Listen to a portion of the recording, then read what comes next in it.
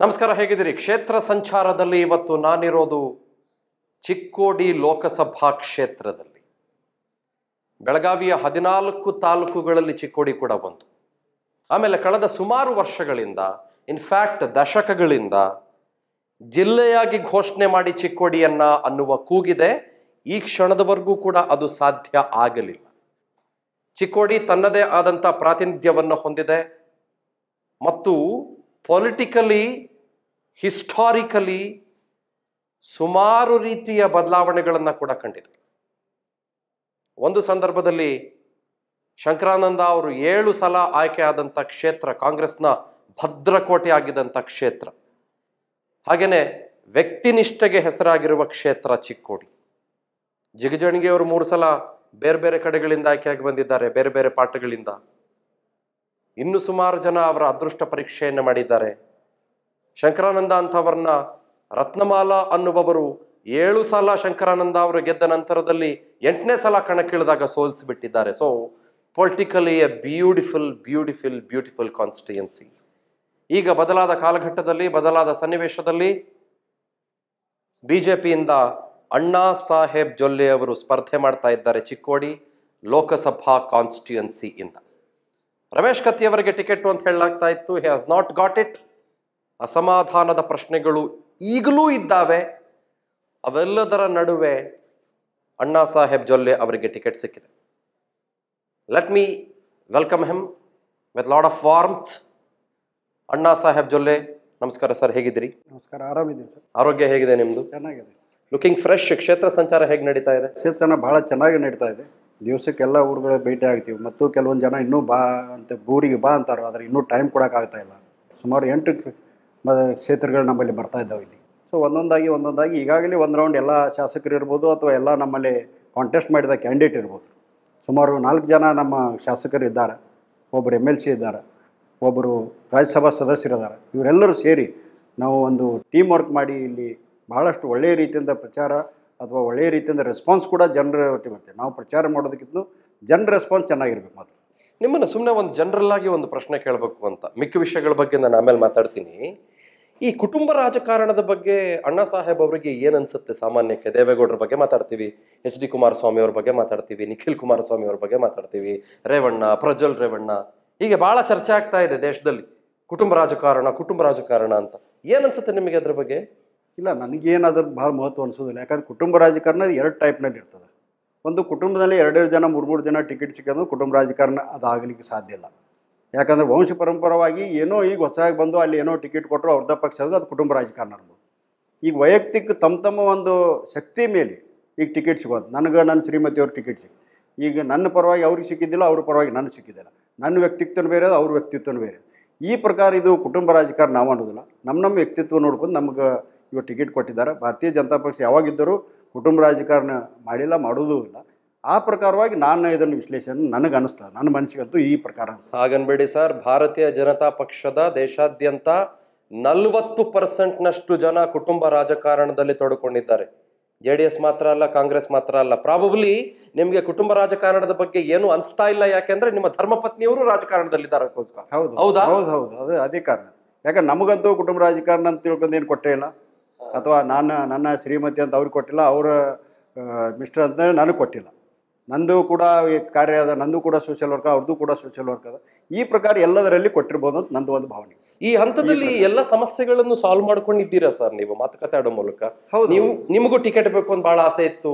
Correct. ಇದ್ರಿ ಯಾವ ಪಕ್ಷದಲ್ಲಿದ್ದರೂ ಕೂಡ ಯಾವಾಗಿದ್ದರೂ ಕೂಡ ಒಂದು 4-6 ಜನ ಟಿಕೆಟ್ ಆಕಾಂಕ್ಷಿಗಳು ಇದ್ದೇ ಇರ್ತಾರೆ. ಎಲ್ಲದರಲ್ಲಿ ಒಂದು ಸಿಟ್ಟಿಂಗ್ ಇದ್ದವರು ಒಬ್ಬರು ಇರ್ಬೋದು, ಇಬ್ಬರು ಇರ್ಬೋದು. ಸ್ವಾಭಾವಿಕವಾಗಿದ್ದು ಸುಮಾರು ನಾವು 5 ಜನ ಟಿಕೆಟ್ ಕೇಳಿದ್ವಿ ಚಿಕ್ಕೋಡಿಯಿಂದ ಭಾರತೀಯ ಜನತಾ ಪಕ್ಷ ಪರವಾಗಿ. ನಾನಿರ್ಬೋದು, ರಮೇಶ್ ಕತ್ತಿಯವರು ಇರ್ಬೋದು, ಅಮರ್ ಸಿಂಗ್ ಪಾಟೀಲ್ ಇರ್ಬೋದು, ಶಶಿಕಾಂತ್ ನಾಯ್ಕರ್ ಇರ್ಬೋದು, ಪ್ರಭಾಕರ್ ಕೋರೆಯವರು ಇರ್ಬೋದು, ಎಲ್ಲರ ಜನ ಕೇಳಿದ್ದೀವಿ. ಆದರೆ ಇವತ್ತು ಅದೃಷ್ಟ ನನಗೆ ಖುಲಾಯಿಸ್ತದೆ. ನಾವು ಒಮ್ಮೆ ಯಾವಾಗಿದ್ದರೂ ಕೂಡ ಒಂದು ಸ್ಟೇಜ್ ಮೇಲೆ ಇದ್ದಾಗ ನಾವು ಎಲ್ಲರೂ ಮಾತಾಡ್ಕೋತೀವಿ, ಎಲ್ಲರೂ ಹೇಳ್ತಿದ್ದೀವಿ. ಯಾವಾಗೂ ನಾ ಮುಂದೆ ನೀ ಮುಂದೆ ತಮ್ಮ ಪ್ರಯತ್ನ ಇತ್ತು. ಇವತ್ತು ಭಾರತೀಯ ಜನತಾ ಪಕ್ಷದವರೆಗೆ ಎಲ್ಲರೂ ಮುಖಂಡರ ಜೊತೆ ಚರ್ಚೆ ಮಾಡಿ ಅಥವಾ ಜನರ ಜೊತೆ ಚರ್ಚೆ ಮಾಡಿ ಪ್ರಯತ್ನ ಅಂತೂ ಇದ್ದೇ ಇತ್ತು. ಆದರೆ ಯಾರಿಗೇ ಸಿಕ್ಕರೂ ಕೂಡ ಎಲ್ಲರೂ ಕೂಡ ನಾವು ಒಮ್ಮತದಿಂದ ಚುನಾವಣೆ ಮಾಡೋದು, ಇವತ್ತು ಭಾರತೀಯ ಜನತಾ ಪಕ್ಷ ಕ್ಯಾಂಡಿಡೇಟ್ ಯಾರೇ ಇದು ಕೂಡ ಆರಿಸ್ಬಿಡೋದು ಅಂತ ಒಂದು ಪರ ತರ್ತೀವಿ. ಅದರವರೆಗೆ ಎಲ್ಲರೂ ಇವತ್ತು ಬದ್ಧರಿದ್ದಾರಂತ ನಮಗಂತೂ ಅನಿಸ್ತದೆ. ಅಲ್ಲ, ಆ 4 ಜನಕ್ಕೆ ಅದೃಷ್ಟ ಖುಲಾಯಿಸದೆ ಅಣ್ಣಾ ಸಾಹೇಬ್ರಿಗೆ ಅದೃಷ್ಟ ಕುಲಾಯಿಸೋದಕ್ಕೆ ಏನು ಕಾರಣ? ಅದು ಏನು ಪಕ್ಷದ ಮುಖಂಡರಿಗೆ ಗೊತ್ತದು, ನಮಗೂ ಏನು ಗೊತ್ತಾಗ್ಲಿಕ್ಕೆ ಸಾಧ್ಯ ಇಲ್ಲ. ಇವತ್ತು ಯಾಕಂದ್ರೆ ಸರ್ವಸಾಮಾನ್ಯವಾಗಿ ನಾನು ಕೂಡ ಕೆಲಸ ಮಾಡ್ತಾ ಬಂದಿದ್ದೀನಿ. ಇವತ್ತು ಅವ್ರು ಯಾವ ಆ್ಯಂಗಲ್ದಲ್ಲಿ ನೋಡಿದಾರೋ ಅನ್ನೋದು ಇವತ್ತು ಎಲ್ಲ ಮುಖಂಡರಿಗೆ ಬಿದ್ದ ವಿಷಯ. ಇವತ್ತು ರಾಷ್ಟ್ರೀಯ ಮುಖಂಡರಿರ್ಬೋದು, ರಾಜ್ಯದ ಮುಖಂಡರಿರ್ಬೋದು, ಅಥವಾ ಜಿಲ್ಲೆಯ ಮುಖಂಡರಿರ್ಬೋದು, ಎಲ್ಲರೂ ವಿಶ್ವಾಸದಲ್ಲಿ ನನಗೆ ಕೊಟ್ಟಿದ್ದಾರೆ ಅಂತ ನನಗನ್ನಿಸ್ತದೆ. ಆ ಅದೃಷ್ಟ ಕುಲಾಯಿಸೋದಕ್ಕೆ ಆಂಗಲ್ಗಳ ಬಗ್ಗೆ ನೀವು ಯೋಚನೆ ಮಾಡೋದಕ್ಕೆ ನಿಮಗೆ ಗೊತ್ತಿರಬೇಕು ಕಾರಣ ಅಂತ. ನೀವೇ ಬಹಳ ಸ್ಥಿತಿವಂತರು ಅಂತ, ನಮ್ಮ ಬೇರೆ ಬೇರೆ ದೊಡ್ಡವರಿದ್ದೀರಿ ಅಂತನೋ? ಪ್ರತಿಯೊಬ್ಬರು ತಮ್ಮಟ್ಟಾಗ ಅಲ್ಲ, ಪ್ರತಿಯೊಬ್ಬರು ತಮ್ಮಟ್ಟಾಗ ಏಬಲ್ ಇದೀವ ಅನ್ಸ್ತದೆ. ಯಾವ್ದ್ರಲ್ಲಿ ಅಂತ ನಂಗೆ ಸ್ವಲ್ಪ ಅಲ್ಲ, ನಾವು ಕೂಡ ಸೋಷಿಯಲ್ ವರ್ಕ್ ಮಾಡಿದ್ವಿ, ಎಲ್ಲರಿಗೂ ಕಾಂಟ್ಯಾಕ್ಟ್ ಅದ. ಎಲ್ಲ 8 ಕ್ಷೇತ್ರದಲ್ಲಿ ನನ್ನ ಕೂಡ ಕಾಂಟ್ಯಾಕ್ಟ್. ನಾನು ಕೂಡ 30 ವರ್ಷದ ರಾಜಕೀಯ ಮಾಡ್ತಿದ್ದೀನಿ. ಈಗ ಯಾರ್ಯಾರು ಟಿಕೆಟ್ಗೆ ಅವ್ರ ಜೊತೆ ಕೂಡ ನಾನು ದುಡ್ದೇನು, ಅವ್ರ ಸಲುವಾಗಿ ದುಡ್ದೇನು. ಈ ಪ್ರಕಾರ ನಂದು ಕೂಡ ಒಂದು ವ್ಯಕ್ತಿತ್ವ ಅದ. ಆ ದೃಷ್ಟಿಯಲ್ಲಿ ನಾನು ಸಮನ್ವಯ, ಎಲ್ಲರೂ ಕೂಡ ಸಮನ್ವಯ ಸಾಧಿಸಿದೀವಿ. ಆ ಪ್ರಕಾರ ನಂಗೆ ಸಿಕ್ಕಿರ್ಬೋದು, ನಂಗೆ ಅನಿಸ್ತದೆ, ಸಿಗ್ತೈತೆ ಅಂತ ಅನಿಸ್ತಿತ್ತು ಆವಾಗ. ಆದರೆ ಯಾವುದೇ ಪರಿಸ್ಥಿತಿಯಲ್ಲಿದ್ದರೂ ಕೂಡ ಎಲ್ಲರೂ ಒಮ್ಮತದಿಂದ ನಾವು ಪ್ರಚಾರ ಮಾಡ್ತೀವಿ, ಎಲ್ಲರಿಗೆ ಆರಿಸ್ಕೊಡ್ತೀವಿ ಅಂತ ಎಲ್ಲರೂ ಹೇಳಿದರು. ಮತ್ತು ಈಗಲೂ ಕೂಡ ಬದ್ದಿದ್ದಾರೆ ಅವರೆಲ್ಲರೂ. ಬಟ್ ಕತ್ತಿ ಬ್ರದರ್ಸು ನಿಮ್ಮ ವಿರುದ್ಧ ನೇರವಾಗಿ ಸಮರ ಸಾರಿದ್ದಾರೆ. ನನಗೆ ಗೊತ್ತಿಲ್ಲ ನೀವೀಗ ಬಗೆಹರಿಸ್ಕೊಂಡಿದ್ದೀರೋ ಇಲ್ವೋ ಗೊತ್ತಿಲ್ಲ. ನಾನು ಕೇಳ್ಪಟ್ಟೆ, ನೆನ್ನೆ ಮೊನ್ನೆ ಹೋಗಿ ಒಂದಿಷ್ಟು ಮಾತಾಡ್ಕೊಂಡು ಬಂದಿದ್ದೀರಿ, ಉಮೇಶ್ ಕತ್ತಿ ಅವ್ರು ಹೇಳಿದ್ದಾರೆ ನಿಮ್ಮ ಪರವಾಗಿ ನಾನು ಇರ್ತೀನಿ, ಹಾಗೆ ಹೀಗೆ ಅಂತ ಚರ್ಚೆಗಳಾಗ್ತಾ ಇದ್ದಾವೆ. Correct. But not easy. Ramesh Katti ಅವರು ಸಂಸದರಾಗಿದ್ದವರು, ಕಳೆದ ಸಲ ಕೇವಲ 3,003 ಮತಗಳ ಅಂತರದಿಂದ ಸೋಲ್ಕೊಂಡವರು. Not a very big margin of ಸೋಲ. ಪ್ರತಿ ಸಲಾನು ಒಂದೇ ಸ್ಟ್ರಾಟಜಿ ವರ್ಕ್ ಆಗ್ತದೆ ಅಂತಲ್ಲ. ಅವಾಗಿದ್ದದ್ದು ಈಗಿರಲ್ಲ, ಈಗಿದ್ದದ್ದು ಮುಂದಿರಲ್ಲ. ಯಾವಾಗ ಯಾರ್ಯಾರು ಜನ ಬೆಳ್ಕೊತ ಬರ್ತಾ ಅಂತ ಹೇಳಿಕ್ ಬರ್ದಲ್ಲ, ಅಥವಾ ಯಾರ್ಯಾರ್ದು ಇಂಟ್ರೆಸ್ಟ್ ಎಷ್ಟು ಅದ ಹೇಳಿಕ್ವಲ್ಲ. ಮುಖಂಡರು ಬದಲಾವಣೆ ಆಗ್ತಾರು, ವೋಟರ್ಸ್ ಬದಲಾವಣೆ ಆಗ್ತಾರು. ಆ ಪ್ರಕಾರ ಅದ್ರಿಗೆ 5 ವರ್ಷ ಹಿಂದ್ಗಡೆ ಏನಿತ್ತು, ಈಗ ನಾವು ಕಂಪೇರ್ ಮಾಡ್ಲಿಕ್ಕೆ ಸಾಧ್ಯ ಇಲ್ಲ. ಆದ ಕಾರಣ ರಮೇಶ್ ಕತ್ತಿಯವರು ಇರ್ಬೋದು, ಉಮೇಶ್ ಕತ್ತಿಯವರದರು ಭಾರತೀಯ ಜನತಾ ಪಕ್ಷದಲ್ಲಿ ಇರ್ತಾರೆ. ಇದು ಬೇರೆ ಜನ ಇವತ್ತು ನನ್ನ ಫಾಲೋವರ್ಸ್ ಇರ್ಬೋದು, ಅವ್ರ ಫಾಲೋವರ್ಸ್ ಇರ್ಬೋದು, ಸ್ವಲ್ಪ ಮಟ್ಟಿಗೆ ಯಾರೋ ಭಾಳ ಮನ್ಸಿಗೆ ಹಚ್ಕೊಂಡು ಅವ್ರು ಏನೇನೋ ಬೇಜಾರವಾಗಿ ಮಾತಾಡ್ತಿರ್ಬೋದು. ಅದು ಅವರಂತೂ ನೇರವಾಗಿ ನಮ್ಮ ಪರವಾಗಿ ಇರ್ತೇನಂತಾರು. ಇರ್ತೇನೋದು ನಂಗೆ 100ಕ್ಕೆ 100 ಆತ್ಮವಿಶ್ವಾಸ. ಲಾಸ್ಟ್ ಮೊಮೆಂಟಲ್ಲಿ ನಿಮ್ಮ ಕೈ ತಪ್ಪಿಟ್ರೆ? ಇಲ್ಲ, ಕೈ ತಪ್ಪಿದ್ರೆ ಏನು, ಕೈ ತಪ್ಪಿಲ್ಲ ಅಂತದ. ಕೈ ತಪ್ಪಿರೋ ಪ್ರಶ್ನೆ ಬರ್ತದೆ. ಕೈ ತಪ್ಪಿಲ್ಲ ಅಂತ ನಮ್ಗೆ 100% ಯೂಸ್ ಅದ. ಕೈ ತಪ್ಪಿದ ನಂತರ ಏನಾಗ್ತದೆ, ಯಾಕೆ ವಿಚಾರ ಮಾಡ್ತೀವಿ ನಾವು? ಏನಾದರೂ ಅಡ್ಜಸ್ಟ್ಮೆಂಟ್ ಪಾಲಿಟಿಕ್ಸ್ ಆಗ್ಬಿಟ್ರೆ? ಅಡ್ಜಸ್ಟ್ಮೆಂಟ್ ಆಗ್ಲಿಕ್ಕೆ ಸಾಧ್ಯನೇ ಇಲ್ಲ ನಮಗೆ ಅನಿಸ್ತದೆ. ಯಾಕಂದ್ರೆ ನಾವು ಕೂಡ ಅವ್ರ ಜೊತೆಗೆ, ನಮ್ಮ ಜೊತೆಗೆ 30 ವರ್ಷ ಐತಿ, ಎಲ್ಲರೂ ಕೂಡಿ ಬಂದಿದ್ದೀವಿ. ನಮಗೂ ಕೂಡ ಗೊತ್ತದ, ಅವ್ರಿಗೂ ಗೊತ್ತದ.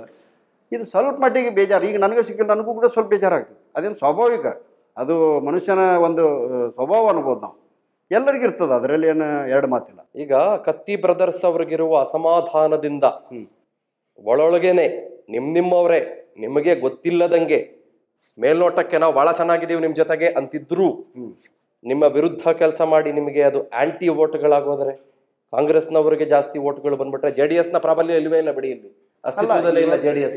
ಅಲ್ಲ, ಅಸ್ತಿತ್ವದಲ್ಲಿ ಇಲ್ಲ, ಒಪ್ತೇನು. ಆ್ಯಂಟಿ ಈಗ ನಮ್ಮಲ್ಲೇ ಆ್ಯಂಟಿ ಆಗ್ತಿದ್ದ ಅನ್ಕೋರು. ಕಾಂಗ್ರೆಸ್ನಲ್ಲಿ ಕೂಡ ಆ್ಯಂಟಿ ಅದ. ಅವರಲ್ಲಿ ಕೂಡ ಸಾಕಷ್ಟು ಜನ ನಮ್ಮ ಕಾಂಟ್ಯಾಕ್ಟ್ದಲ್ಲಿದ್ದಾರೆ. ಅದೇನು ಎರಡು ಮಾತಲ್ಲ, ಆ ಕಡೆಯಿಂದ ಈ ಕಡೆ ಹೋಗೋದು, ಈ ಕಡೆಯಿಂದ ಆ ಕಡೆ ಹೋಗೋದು. ಯಾವುದೇ ಪರಿಸ್ಥಿತಿಯಲ್ಲಿ ನಮಗೆ ಎಂಟಿ ಅಂತೂ ಆಗೋದಿಲ್ಲ. ಅವರಿಂದ ಎಂಟಿ ಆಗೋದಿಲ್ಲ, ಬೇರೆ ಏನೋ ಪ್ರಶ್ನೆದ ಆಗ್ಬೋದು. ಅವರಿಂದ ಆಗ್ತದನ್ನ ಎಂದೂ ಅನ್ನೋಕ್ಕೂ ಸಾಧ್ಯ ಇಲ್ಲ.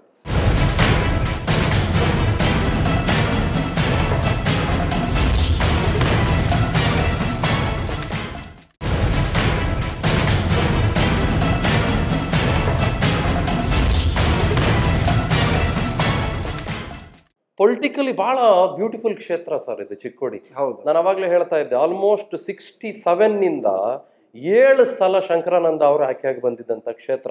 ಬಹಳ ಜನ ಅನ್ಕೊಳ್ತಾ ಇದ್ರು ಶಂಕರಾನಂದ ಅವ್ರನ್ನ ಯಾರು ಸೋಲ್ಸೋ ಅಂತ ಅವ್ರು ಇನ್ನೊಬ್ರು ಉಟ್ಕೊಂಡೇ ಇಲ್ಲ. ಅದಾದ್ಮೇಲೆ ರತ್ನಮಾಲಾ ಸವಣೂರು ಅವರು ಸ್ಪರ್ಧೆ ಮಾಡಿದ್ರು, ಗೆದ್ರು. ರಮೇಶ್ ಜಿಗಜಿಣಗಿ 3 ಪಾರ್ಟಿಗಳಿಂದ ಗೆದ್ರು, 3 ಬಾರಿ ಗೆದ್ರು. ಬಿಜೆಪಿಯಿಂದ ಗೆದ್ರು, ಲೋಕಶಕ್ತಿಯಿಂದ ಗೆದ್ರು, ಸಂಯುಕ್ತ ಜನತಾದಳದಿಂದ ಗೆದ್ರು. ಅಂದ್ರೆ ವ್ಯಕ್ತಿನಿಷ್ಠೆಗೆ ಹೆಸರಾಗಿರುವ ಕ್ಷೇತ್ರ ಇದು, ಪಕ್ಷನಿಷ್ಠೆಗಿಂತ ಅಂತ ನನ್ಗನ್ನಿಸ್ತಾ ಇದೆ. ಇಲ್ಲ, ಪಕ್ಷನಿಷ್ಠೇನೆ ಅನ್ಬೋದು. ಇವರು ಕಾಂಗ್ರೆಸ್ನಲ್ಲಿ ಇದ್ದಾಗ ಶಂಕರಾನಂದಗೌಡ ಕಾಂಗ್ರೆಸ್ ಅಂತ ಆರಿಸಿ ಬಂದ್ರು ಹೊರತು ಅವ್ರು ಏನು ಕೆಲಸ ಏನು ಮಾಡಿದಾರೋ ಏನಿಲ್ಲ, ಅದು 7 ಪೀರಿಯಡ್ ಇದ್ದನಂತ ನಮ್ಮ ಚಿಕ್ಕೋಡಿ ಭಾಗದಲ್ಲಿ ರಮೇಶ್ ಜಿಗಜಿಣಗಿ ಬರ್ಲಿಕ್ಕೆ ಅದೇ ಕಾರಣೀಭೂತ ಆಯ್ತು, ಅಥವಾ ಸವಣೂರು ಬಾಯಿ ಬರ್ಲಿಕ್ಕೆ ಅದೇ ಕಾರಣೀಭೂತ. ಈಗ ರಮೇಶ್ ಜಿಗಜಿಣಗಿ ಬೇರೆ ಬೇರೆ ಪಕ್ಷ ಅನ್ಬೋದು, ಬಟ್ ಆ ಪಕ್ಷ ನೋಡಿದ್ರೆ, ಆ ಜನರು ನೋಡಿದ್ರೆ ಒಂದೇ ಪಕ್ಷದಲ್ಲಿ ಇದ್ದವ್ರು ಇದ್ದಾರೆ. ಅವಾಗ BJP ಇನ್ನೂ ಪ್ರಚಲಿತಿರಲಿಲ್ಲ, ಲೋಕಶಕ್ತಿ ಇತ್ತು, ಹೆಗಡೆಯವರ ಪಕ್ಷ ಇತ್ತು. ಹಿಂಗಾಗಿ ಅದು one part and parcel of BJP ಅಂತ ನಾವು ತಿಳ್ಕೊಬೋದು. ಅದೇನು ವ್ಯಕ್ತಿನಿಷ್ಠ ಅಲ್ಲ. ಲೋಕಶಕ್ತಿ ಹುಟ್ಕೊಳ್ತಾವಾಗ ಕರೆಕ್ಟ್ ಹುಟ್ಕೋತ, ಅವಾಗ BJP ಇದ್ದಿದ್ದಿಲ್ಲ. BJP MP. ಹೌದು, ಅದೇ ಹೇಳಿದೆ ಅಲ್ರಿ, ಅವಾಗ BJP ಇದ್ದಿದ್ದೇ ಇಲ್ಲ ಆ ಟೈಮ್ನಲ್ಲಿ. ಅದ್ರ ನಂತರ ಹುಟ್ಕೊಂಡ ನಂತರ BJP ಪ್ರಬಲ ಆಗಿಬಿಡ್ತು. ಇವಾಗ ಅಲ್ಲಿಂದ ಇಲ್ಲಿವರೆಗೆ BJPನ ಬಂದದ. ಅಂದ್ರೆ ವ್ಯಕ್ತಿನಿಷ್ಠೆ ಸ್ವಲ್ಪ ಮಟ್ಟಿಗೆ ಇರ್ತದೆ, ವ್ಯಕ್ತಿನಿಷ್ಠೆ. ಯಾಕಂದ್ರೆ ವ್ಯಕ್ತಿನಿಷ್ಠೆನೂ ಬೇಕು, ಮುಖ್ಯವಾಗಿ ಪಕ್ಷ. ಪಕ್ಷ ಬೇಕು. ಪಕ್ಷ ನಂತರ ವ್ಯಕ್ತಿನಿಷ್ಠೆ ಸ್ವಲ್ಪ ಕೌಂಟ್ ಆಗ್ತದೆ ರೀ. ಪೂರ್ತಿಯಾಗಿ ವ್ಯಕ್ತಿನಿಷ್ಠೆ ಬರೋದಾದ್ರೆ ಯಾವ ಬೇಕಾದ ಪಾರ್ಟಿಗೆ ಹೋಗಿ ಯಾರು ಬೇಕಾದವ್ರು ನಿಲ್ತಿದ್ರು, ಆಮೇಲೆ ಪಕ್ಷ ಆಗಬೇಕಾಗ್ತದೆ. ನಾನು ಯಾಕೆ ವ್ಯಕ್ತಿನಿಷ್ಠೆ ಬಗ್ಗೆ ಮಾತಾಡಿದೆ ಅಂತಂದ್ರೆ, ಕಳೆದ ಸಲ ಕಾಂಗ್ರೆಸ್ನವ್ರು ಆಯ್ಕೆ ಆದವರು, ನಾನು ಹೆಸರು ಹೇಳ್ಬೇಕಾಗಿಲ್ಲ, ನಿಮಗೆ ಗೊತ್ತು, ರಾಜ್ಯ ಜನ ಬಹಳ ಚೆನ್ನಾಗಿ ಚೆನ್ನಾಗಿ ಗೊತ್ತು. ಅವರ ಪರವಾದ ಒಲವಿನ ನಿಷ್ಠೆಯ ಬಗ್ಗೆ ಚರ್ಚೆಗಳಾಗ್ತಿದ್ದಾವೆ ಇವತ್ತು ಕ್ಷೇತ್ರದಲ್ಲಿ. ಖಂಡಿತ ಇದ್ದಾವೆ ಆ ಮಾತು. ಯಾಕಂದ್ರೆ ಒಂದ್ಸಲ ಸಂಸದರಾಗಿರೋರ್ನ ಬಹಳ ಸುಲಭ ಅಲ್ಲ ನೀವು ಸೋಲ್ಸ್ಬಿಡೋದು. ಸ್ಟ್ರಾಟಜಿಕ್ ಪಾಯಿಂಟ್ಸ್ ಬೇಕಾಗತ್ತೆ, ಆಲೋಚನೆ ಬೇಕಾಗತ್ತೆ, ಒಂದ್ ದೊಡ್ಡ ಪ್ಲಾನ್ ಆಫ್ ಆಕ್ಷನ್ ಬೇಕಾಗತ್ತೆ. ಒಳ್ಳೆ ನೈತಿಕ ಮಟ್ಟದಲ್ಲಿ ನಾನು ಹೇಳೋದು, ನೈತಿಕ ಮಟ್ಟದಲ್ಲಿ ನನಗೆ ಗೊತ್ತಿಲ್ಲ ಅದೇನೇನ್ ಮಾಡ್ಕೊಳ್ತಾರೋ ಅಲ್ವಾ. ಸೊ ಏನಿದೆ, ವಾಟ್ ಈಸ್ ಯುವರ್ ಪ್ಲಾನ್? ಎಲ್ಲದರಲ್ಲಿ ಪ್ರಬಲರದೇವು. ಯಾಕಂದ್ರೆ 30 ವರ್ಷ ಆಯ್ತು ಈಗೇನು ಹೊಸದಾರಂತ ಅವ್ರು ವಿರೋಧವಾಗಿ ನಾವು ಬೆಳೆದವ್ರಿಗೆ. ಎಲ್ಲದರಲ್ಲಿ ಅಂದ್ರೆ ಎಲ್ಲದರಲ್ಲಿ ವಿರೋಧವಾಗಿ ಬೆಳೆದವ್ರು. ಎಲ್ಲದರಲ್ಲಿ ಅಂದ್ರೆ ಅದರಲ್ಲಿ ಎಲ್ಲದರಲ್ಲೇ ಕೆಲಸದಲ್ಲಿ ಮತ್ತು ಕಾರ್ಯದಲ್ಲಿ ನಾವು ಇದನ್ನು ಹೇಳೋದು. ಏನು ಅವ್ರೇನು ಕೆಲಸ ಮಾಡಿದ್ರೆ ನಾವು ಕೂಡ ಕೆಲಸ ಮಾಡ್ತಾ ಬಂದಿದ್ದೀವಿ. ನಾವು ಕೂಡ ಅವ್ರಿಗಿಂತ ಹೆಚ್ಚು ಮಾಡಿದ್ವಿ. ಅವ್ರು ಅಧಿಕಾರದಲ್ಲಿ ಇದ್ದು ಕೂಡ ಮಾಡದಿದ್ದೇ ಇದ್ರೂ ಕೂಡ ನಾವು ಅಧಿಕಾರದಾಗ ಇಲ್ಲಾದರೂ ಕೂಡ ನಾವು ಕೆಲಸ ಮಾಡ್ತೀವಿ. ಇದು ಮಹತ್ವದ ಅನ್ಬೋದು. ಅಧಿಕಾರದಾಗ ಇದ್ದಲ್ಲಿ ಏನೇ ಮಾಡ್ಬೋದು, ಇನ್ನೂ ಕೂಡ ಹೆಚ್ಚು ಮಾಡ್ಬೋದಿತ್ತು. ನಿರುದ್ಯೋಗ ಮುಗಿಸ್ಬೋದಿತ್ತು, ನಿರುದ್ಯೋಗದಲ್ಲಿ ಉದ್ಯೋಗ ಕೊಡುವಂಥ ಯಾವುದೇ ಇಂಡಸ್ಟ್ರಿ ತರ್ಬೋದಿತ್ತು. ಇವತ್ತು ನಮ್ಮ ಜನ ಎಲ್ಲ ಗೋಳೆ ಹೋಗ್ತಿದ್ದಾರೆ, ಹುಡುಗರೆಲ್ಲ ಇಲ್ಲಿಯವ್ರು ಬೇರೆ ಬೇರೆ MIDC ಮಹಾರಾಷ್ಟ್ರನಲ್ಲಿ ಆಯಿತು, ಪಕ್ಕದ ಹಳ್ಳಿಗೆಲ್ಲ ಹೋಗ್ತಾ ಇದ್ದಾರೆ. ಅದನ್ನ ಇಲ್ಲಿ ಯಾವುದೋ ಇಂಡಸ್ಟ್ರಿ ತಂದು ಮಾಡ್ಬೋದು. ಅಂದರೆ ಮುನ್ನೋಚನೆ ಅಥವಾ ಒಂದು ಫೋರ್ಥಾಟ್ ಅಂತೀವಿ ನಾವು, ಅದು ಬೇಕಾಯ್ತು. ಅದು ಅವರಲ್ಲಿಲ್ಲ. ಈ ತಾತ್ಕಾಲಿಕವಾಗಿ ಏನು ಬೇಕು ಅಷ್ಟು ಮಾಡಿ ಬಿಟ್ಟು ಬಿಡ್ತಾರೆ. ಅದಕ್ಕೆ ಅರೆ ಬರೀ ಅಧಿಕಾರ ಅಂದರೆ ನಮ್ಗೆ ಅಧಿಕಾರ ಆರಾಮ್ ಮಾಡಲಿಕ್ಕೋ ಅಥವಾ ಅಧಿಕಾರ ಕೊಡ್ತಾರಂತ ನಮ್ಗೆ ಒಂದು ಜುಬ್ಬ ಕೊಚ್ಕೊಳ್ಳಿಕ್ಕೆ ಅಂತೇನೆ ನಾನು. ಅದರಿಂದ ಏನಾರು ಕೆಲಸ ಆಗಬೇಕಂತ ಅದು ಆಗಿಲ್ಲ ಅಂತ ನಮ್ಮ ವಿಶ್ವಾಸ. ಮತ್ತು ನಾವು ಮಾಡ್ತೀವಿ ಅಂತ ತಿಳ್ಕೊಂಡು ನಮಗೆ ವಿಶ್ವಾಸ ಕೂಡ ಅದು. ಈಗ ನೀವು ಮಾತನಾಡ್ತಾ ಇರುವಾಗ ಕೃಷ್ಣಾ ನದಿ ಅಂತಂದ್ರಿ. ಹೌದು, ಕೃಷ್ಣಾ ನದಿ. ನಾನು ಪ್ರಾಬಬಲಿ ಈಗ ಕೂತ್ಕೊಂಡು ಮಾತಾಡ್ತಾ ಇರೋ ಸಂದರ್ಭದಲ್ಲಿ ಈ ಕ್ಷಣದಲ್ಲಿ ಚಿಕ್ಕೋಡಿಯ ಜನಕ್ಕೆ ಕುಡಿಯೋ ನೀರಿಲ್ಲ. ದಿನಕ್ಕೊಂದ್ಸಲ ಬರ್ತಾ ಇದ್ದಿದ್ದು 4 ದಿನ 5 ದಿನ ಆದ್ರೂ ಕೂಡ ನೀರು ಬರ್ತಾ ಇಲ್ಲ. ಕೃಷ್ಣಾ ನದಿ ಬತ್ತೋಗಿದೆ. ಕರೆಕ್ಟ್. ಬೇರೆ ವ್ಯವಸ್ಥೆಗಳಿಲ್ಲ. ಅಲ್ಲ, ಬೇರೆ ವ್ಯವಸ್ಥೆ ಅದರಲ್ಲಿ ಕೂಡ ನಾವು ಪ್ರಾಮಾಣಿಕವಾದ ಪ್ರಯತ್ನ ಮಾಡ್ತಾ ಬಂದಿದ್ದೀವಿ. ಈಗ ಕೃಷ್ಣಾ ನದಿ ಅಂತ ನಾವು ಕೊನೆಗೆ ಬಂದೀವಿ. ನಮ್ಮಿಂದ ಬಿಜಾಪುರಕ್ಕೆ ಹೋದ, ಬಿಜಾಪುರದಿಂದ ಆ ಕಡೆ ಕೊನೆಗೆ ಆ ಕಡೆ ಹೋಗ್ತದೆ ಕೃಷ್ಣಾ ನದಿ. ಇಲ್ಲಿ ನಮಗೂ ಕಾಳಮ್ಮಾಡಿ ನದಿ ಅಂದರೆ ಮಹಾರಾಷ್ಟ್ರದಿಂದ ನೀರು ಬರಬೇಕಾಗ್ತದೆ. ಈಗಾಗಲೇ ಸಾಕಷ್ಟು ಸಲ ನಾವು ಮಹಾರಾಷ್ಟ್ರ ಮುಖ್ಯಮಂತ್ರಿ ಕೂಡ ಭೇಟಿಯಾಗಿದ್ದೆವು. ಅಲ್ಲಿ ಕೊಲ್ಹಾಪುರದ ಡಿಸ್ಟ್ರಿಕ್ಟ್ ಮಿನಿಸ್ಟರ್ ಆದ ದಾದಾಗಳು ಕೂಡ ಭೇಟಿಯಾಗಿದ್ದೆವು. ಹೀಗಾಗಿ ಕೆಲವೇ ದಿವಸದಲ್ಲಿ ನೀರು ಬಂದೇ ಬರ್ತಾವೆ. 1-2 ದಿವಸದಲ್ಲಿ ನೀರು ಬರ್ತಾವೆ. ಇದು ಒಮ್ಮೊಮ್ಮೆ ಯಾವಾಗಾರ ಗ್ಯಾಪ್ ಬೀಳ್ತದೆ. ಯಾಕಂದ್ರೆ ಕರೆಕ್ಟ್ ಟೈಮ್ನಲ್ಲಿ ಬಿಟ್ಟು ಹೋದರೆ, ಈಗ ಬತ್ತಿ ಹೋಗೋ ಟೈಮ್ದಲ್ಲಿ ಮೇಲಿನ ನೀರು ಬರ್ತದೆ, ಇಮಿಡಿಯೇಟಾಗಿ ಬರ್ತದೆ. ಒಂದು ಬತ್ತಿ ಹೋದ ನಂತರ ಬರ್ಲಿಕ್ಕಾದ್ರೆ ಒಂದು 4 ದಿವಸ ಟೈಮ್ ತೊಗೊಳ್ತದೆ. ಈ ತಿಂಗಳು ಈ ನೀರು ಮುಗಿತಂದ್ರೆ ಅಲ್ಲಿ ನೀರು ಬರ್ತಾ ಇರಬೇಕು. ಈ ಪ್ರಕಾರ ಪ್ಲ್ಯಾನ್ ಆಫ್ ಆ್ಯಕ್ಷನ್ ಮಾಡಿ ರೈತರಿಗಾಗಲಿ ಕುಡಿ ನೀರಿಗಾಗಲಿ ಯಾವುದಕ್ಕೆ ಒಂದು ತೊಂದರೆ ಆಗದಂತೆ ನಾವು ಮಾಡುವಂಥ ಪ್ಲ್ಯಾನ್ ಆಫ್ ಆ್ಯಕ್ಷನ್ ಅದು ನಮ್ಮದು. ನಾನು ಉತ್ತರ ಕರ್ನಾಟಕದ ಬಹಳಷ್ಟು ಜನ ಸಂಸದರಾಗಲು ಬಯಸೋರಿಗೆ ಅಥವಾ ಸಂಸದರಾಗಿರೋರಿಗೆ ಕೇಳೋದು ಒಂದು ಮೂಲಭೂತ ಪ್ರಶ್ನೆ, ಒಂದು ಫಂಡಮೆಂಟಲ್ ಪ್ರಶ್ನೆ ಇದೆ ನಂದು. ಅದು ಎಲ್ರಿಗೂ ಅನ್ವಯ ಆಗುತ್ತೆ. ಹೌದು ನೋಡಿ ಸರ್, ಇವತ್ತು ಉತ್ತರ ಕರ್ನಾಟಕದ ಬಹುತೇಕ ಕಡೆಗಳಲ್ಲಿ ಗ್ರಾಜ್ಯುಯೇಟ್ಗಳು, ಅಂಡರ್ ಗ್ರಾಜ್ಯುಯೇಟ್ಗಳು, PUC ಮಾಡಿರೋರು, 10ನೇ ಕ್ಲಾಸ್ ಮಾಡಿರೋರು ಬೆಂಗಳೂರಿಗೆ ಬಂದು ಕೂಲಿ ಮಾಡೋ ಹಂತಕ್ಕೆ ಬಂದಿದ್ದಾರೆ. ವಾಚ್ಮೆನ್ಗಳು ಕೆಲಸ ಮಾಡ್ತಿದ್ದಾರೆ. ಬಾಂಬೆಗೆ ಹೋಗ್ಬಿಟ್ಟು ಯಾವುದೋ ಸೆಕ್ಯೂರಿಟಿ ಏಜೆನ್ಸಿಯಲ್ಲಿ ಕೆಲಸ ಮಾಡ್ತಾರೆ. ಯಾಕೆ ಸರ್ ನಾವು ನಮ್ಮವರನ್ನ ಯಾವತ್ತಿಗೂ ನಾವು ಆ ಹಂತದಲ್ಲೇ ಇಡಬೇಕು? ಇಷ್ಟು ವರ್ಷ ಆದ್ರೂ, ಇಷ್ಟು ದಶಕ ಆದ್ರೂ ಕೂಡ ನಾವು ಕನಿಕರದ ಮಾತಾಡೋದು ಬೇಡ ಸರ್. ಅವ್ರಿಗೆ ಆತ್ಮವಿಶ್ವಾಸ ಮೂಡಿಸ್ತಾ ಇಲ್ಲ, ನಾವು ಸ್ವಾವಲಂಬಿಗಳನ್ನಾಗಿ ಮಾಡ್ತಾ ಇಲ್ಲ, ಅವಕಾಶ ಕಲ್ಪಿಸ್ಕೊಡ್ತಾ ಇಲ್ಲ ನಾವು. ನಿಮ್ಮಂಥವರಿಂದ ನಾನು ಏನು ನಿರೀಕ್ಷೆ ಮಾಡ್ಬೋದು ಸರ್? ಇದು ಎಲ್ರಿಗೂ ಅನ್ವಯವಾಗುತ್ತೆ, not only to Anna Saheb Jolle. ಎಲ್ಲರಿಗೆ ಅನ್ವಯ ಆಗ್ತದೆ ಅಂತ ನೀವು ಅಂತೀರಿ. ನಮ್ಮ ಕ್ಷೇತ್ರ, ನಮ್ಮ ಕಾರ್ಯ ಬಹುತೇಕ ನಿಮ್ಗೆ ಗೊತ್ತಿಲ್ಲ ಅನ್ಸ್ತದೆ. ಅದು ನನಗೆ ಅನ್ವಯ ಆಗೋಲ್ಲ ಅಂತ ನಾನು ನೇರವಾಗಿ ಹೇಳ್ತೀನಿ. ಅದಕ್ಕೆ ಹೇಳ್ತೀನಿ. ನಾನು ಅಧಿಕಾರದಲ್ಲಿ ಇದ್ದು ಕೂಡ ಸಂಸ್ಥೆಯ ಮುಖಾಂತರ ಸುಮಾರು ಈ ಭಾಗದಲ್ಲಿ ಸುಮಾರು 2,000 ಜನರಿಗೆ ಈಗಾಗಲೇ ನಾನು ಎಂಪ್ಲಾಯ್ಮೆಂಟ್ ಕೊಟ್ಟಿದ್ದೀನಿ. ಇದು ಯಾರು MP ಕೊಟ್ಟಿಲ್ಲ, MLA ಕೊಟ್ಟಿಲ್ಲ. ಇವ್ರು ಯಾರು 7 ಸಲ ಆರಿಸಿ.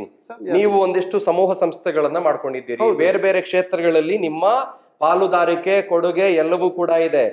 ಬಟ್ 2,000 ಜನಕ್ಕೆ ನೀವು ಉದ್ಯೋಗ ಕೊಟ್ಟಿರೋದನ್ನ ನಾನು ಶ್ಲಾಘಿಸ್ತಾನೆ ಹೇಳ್ತೀನಿ. 2,000 ಜನ ಮಾತ್ರ ಚಿಕ್ಕೋಡಿ ಕಾನ್ಸ್ಟಿಟ್ಯೂನ್ಸಿ ಇನ್ನೂ ಕೂಡ ಸಮಗ್ರ ವಿಷಯದ ಬಗ್ಗೆ ಸಮಗ್ರ ವಿಷಯ ಬಗ್ಗೆ ಇಲ್ಲಿ ನಾವು ಇಂಡಸ್ಟ್ರಿ ಯಾವ್ದಾದ್ರು ದೊಡ್ಡ ತರಬೇಕಾದ. ಈಗ ನಮ್ದೇ ಇಂಡಸ್ಟ್ರಿ ಒಂದು ಹಾಕ್ತಾ ಇದೀವಿ ಇಲ್ಲಿ ಕೂಡ. ಅಲ್ಲೊಂದು ಸುಮಾರು 300-400 ಜನ ಹತ್ಬೋದು ಅಂತ. ಯಾಕಂದ್ರೆ ನಾವು ಬೇರೆ ಕಡೆ ಹೋಗಿ ಮಾಡ್ಬೋದಿತ್ತು. ಅದು ನಮ್ಮ ಜನರಿಗೆ ಇಲ್ಲೇ ಒಂದು ಎಂಪ್ಲಾಯ್ಮೆಂಟ್ ಸಿಗಲಿ ತಿಳ್ಕೊಂಡು ಇಲ್ಲೇ ಗ್ಲಾಸ್ ಫ್ಯಾಕ್ಟ್ರಿಯನ್ನು ಹಾಕ್ತಾರೆ. ಈ ಪ್ರಕಾರ ಬೇರೆ ಇಂಡಸ್ಟ್ರಿನೂ ಕೂಡ ನಮಗೆ ತರ್ಬೋದು. ಆದರೆ ನನಗಿನ್ನೂ ಅದು ಅವಕಾಶ ಸಿಕ್ಕಿಲ್ಲ. ನನಗೆ ಅವಕಾಶ ಸಿಕ್ಕದ 100ಕ್ಕೆ ನಷ್ಟು ನನ್ನ ಪೂರ್ತಾಟ ಅದ. ನನಗೆ ಅಂದರೆ ಯುವಕರಿಗೆ ಎಂಪ್ಲಾಯ್ಮೆಂಟ್ ಕೊಡುವಂಥದ್ದು ಒಂದು ಮೊದಲನೇ ಪ್ರಾತಿನಿಧ್ಯ ಕೊಟ್ಟು ನಾನು. ಯಾವ ಇಂಡಸ್ಟ್ರಿ ಯಾವುದೇ ಇರಲಿ ಇದು ನೋಡ್ರಿ, ಅದಕ್ಕೆ ಇಲ್ಲಿ ರಾ ಮೆಟೀರಿಯಲ್ ಯಾವುದಾದ್ರು ನೋಡ್ಕೊ. ಈಗ ಸಕ್ಕರೆ ಕಾರ್ಖಾನೆಗಳು ಸಾಕಷ್ಟು ಇದಾವೆ ಇಲ್ಲಿ.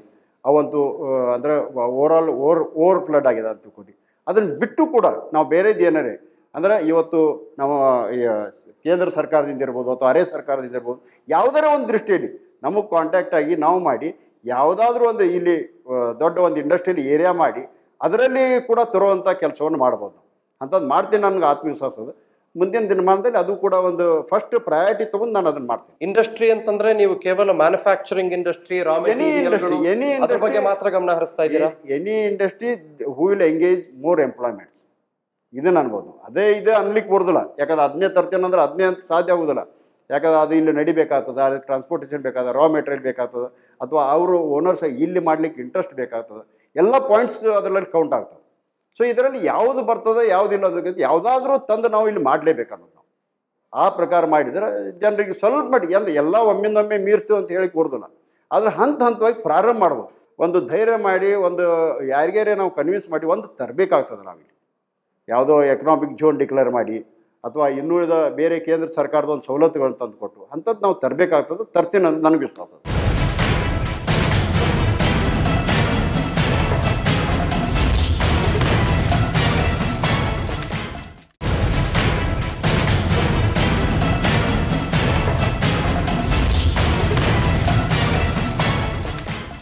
ನನ್ನದೊಂದು ಕಳಕಳಿ ಇದೆ. ನಾನು ಭಾಳ ಕಡೆಗಳಲ್ಲಿ ಇದನ್ನು ಹೇಳಿಲ್ಲ, ನಿಮ್ಮ ಹತ್ರ ಹಂಚ್ಕೊಳ್ತೀನಿ. ಯಾಕಂದರೆ ನೀವು ಉದ್ಯೋಗ ಸೃಷ್ಟಿ ಮಾಡ್ತಾ ಇದ್ದೀರಿ, ಮುಂಚೂಣಿಯಲ್ಲಿದ್ದೀರಿ, ಬೇರೆ ಬೇರೆ ಹಂತಗಳಲ್ಲೂ ಕೂಡ ನೀವು ಜನರ ಪರವಾಗಿದ್ದೀರಿ ಅಂತ ನನಗೆ ಗೊತ್ತಾಗಿರೋದ್ರಿಂದ ಹೇಳ್ತಾ ಇದ್ದೀನಿ. ನೀವು ಪ್ರಾಬಬ್ಲಿ ಮುಂದೆ ಸಂಸತ್ನಲ್ಲಿ ಚಿಕ್ಕೋಡಿಯನ್ನು ಪ್ರತಿನಿಧಿಸುವ MP ಆಗ್ತೀರಾ ಅಂತ ಅಂದ್ಕೊಳ್ಳಿ. ಒಂದು ಕಳಕಳಿ ನಂದು ನಿಮಗೆ. ನೋಡಿ ಸರ್, ಇವತ್ತು ಏನಾಗ್ಬಿಟ್ಟಿದೆ ಅಂತಂದರೆ, ಇಂಡಸ್ಟ್ರಿ ಬಗ್ಗೆ ಮಾತಾಡ್ತಾ ಇದ್ರಿ, ಅದು ಒಂದು ಫ್ಯಾಕ್ಟರ್. ಈಗ ಯಾವುದೋ ಒಂದು ದೊಡ್ಡ ಸಾಫ್ಟ್ವೇರ್ ಪಾರ್ಕ್, ಒಂದು 20,000 ಜನಕ್ಕೆ ಕೆಲಸ ಕೊಡೋ ಒಂದು ಸಾಫ್ಟ್ವೇರ್ ಪಾರ್ಕ್ ಎಲ್ಲಿಗೆ ಬರುತ್ತೆ? ಬೆಂಗಳೂರಿನ ಎಲೆಕ್ಟ್ರಾನಿಕ್ ಸಿಟಿಗೆ ಬರುತ್ತೆ. ಕರೆಕ್ಟ್. ಬೆಂಗಳೂರಿನ ITPL ವೈಟ್ ಫೀಲ್ಡ್ಗೆ ಬರುತ್ತೆ.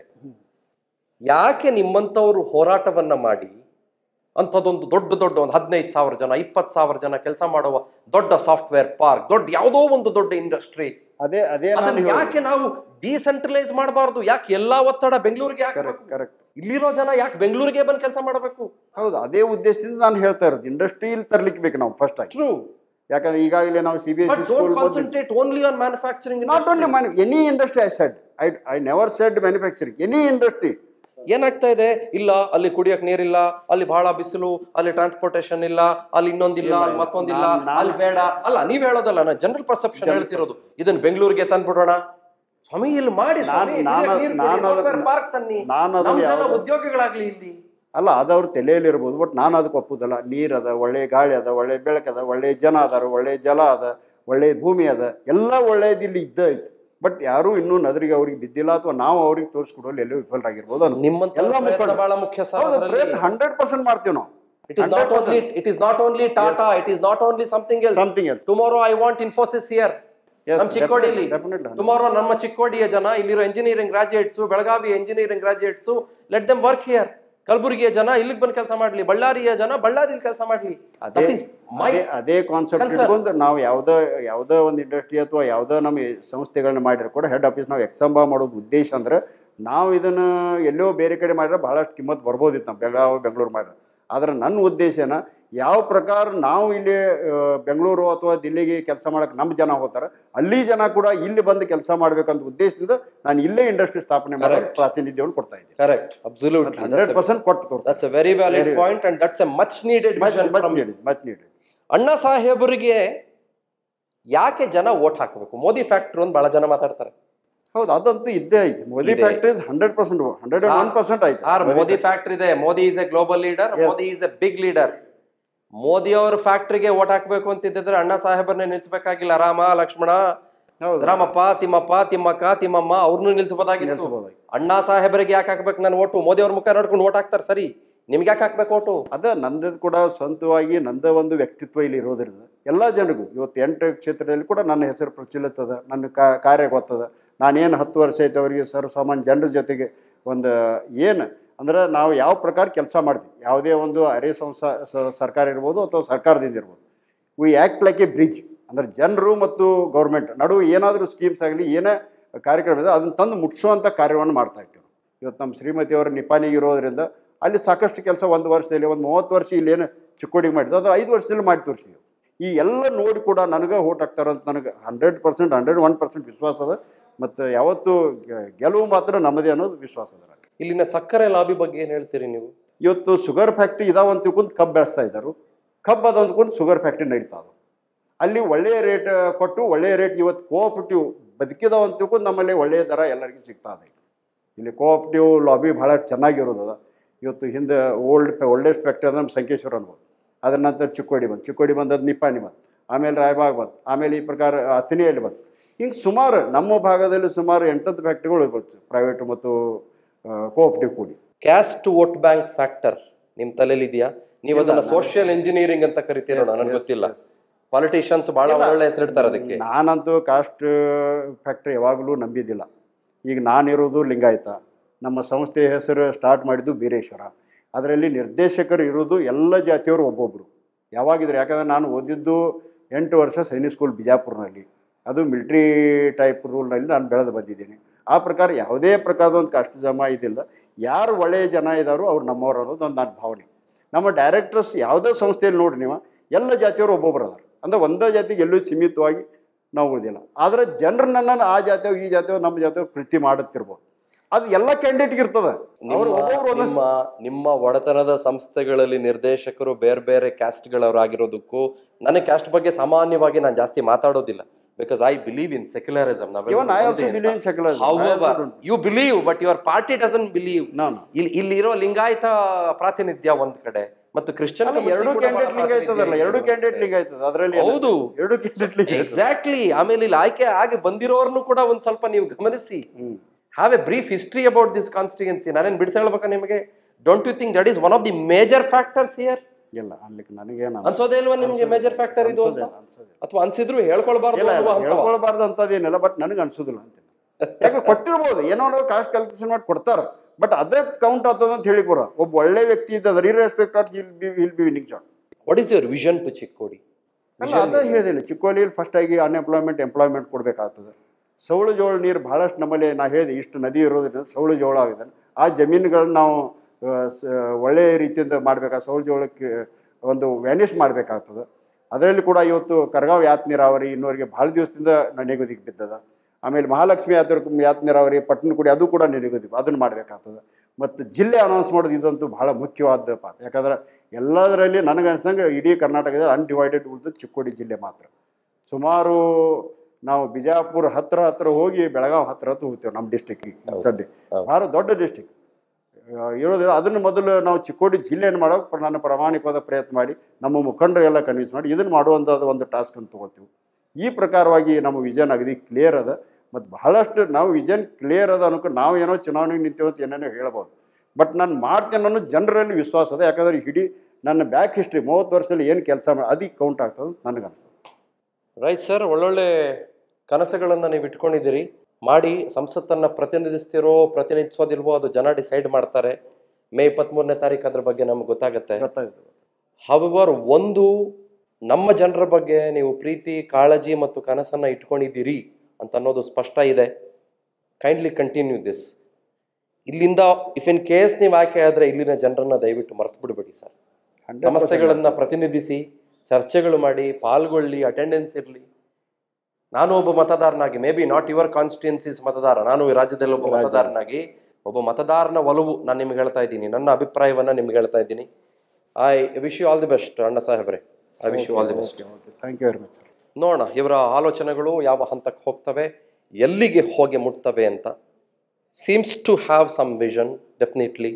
ಇಲ್ಲಿನ ಜನಕ್ಕೆ ಒಂದಿಷ್ಟು ಉದ್ಯೋಗ ಸೃಷ್ಟಿಯಲ್ಲಿ ಈಗಾಗಲೇ ಪಾಲುದಾರಿಕೆಯನ್ನು ಅಣ್ಣ ಸಾಹೇಬರು ಪಡ್ಕೊಂಡಿದ್ದಾರೆ, ಅವರೆಲ್ಲರ ಪಾಲಿನ ಅಣ್ಣ ಆಗಿದ್ದಾರೆ. ಹವರ್ MP ಆದ ನಂತರದಲ್ಲಿ ಅಥವಾ MP ಕಾನ್ಸ್ಟಿಟ್ಯೂಯನ್ಸಿಯನ್ನು ಪ್ರತಿನಿಧಿಸೋದು ಅಥವಾ MP ಎಲೆಕ್ಷನ್ನಲ್ಲಿ ಪಾಲ್ಗೊಳ್ಳೋದು is a different ball game. ಲಕ್ಷಾಂತರ ಜನರ ವಿಷಯ ಅದು, ಲಕ್ಷಾಂತರ ಜನರ ಕನಸು ಮತ್ತು ಆಶೋತ್ತರಗಳ ವಿಷಯ ಅದು. ಕಾದ್ ನೋಡೋಣ ಏನಾಗುತ್ತೆ. ಪವರ್ TV ಇದು ನಿಮ್ಮ ಶಕ್ತಿ.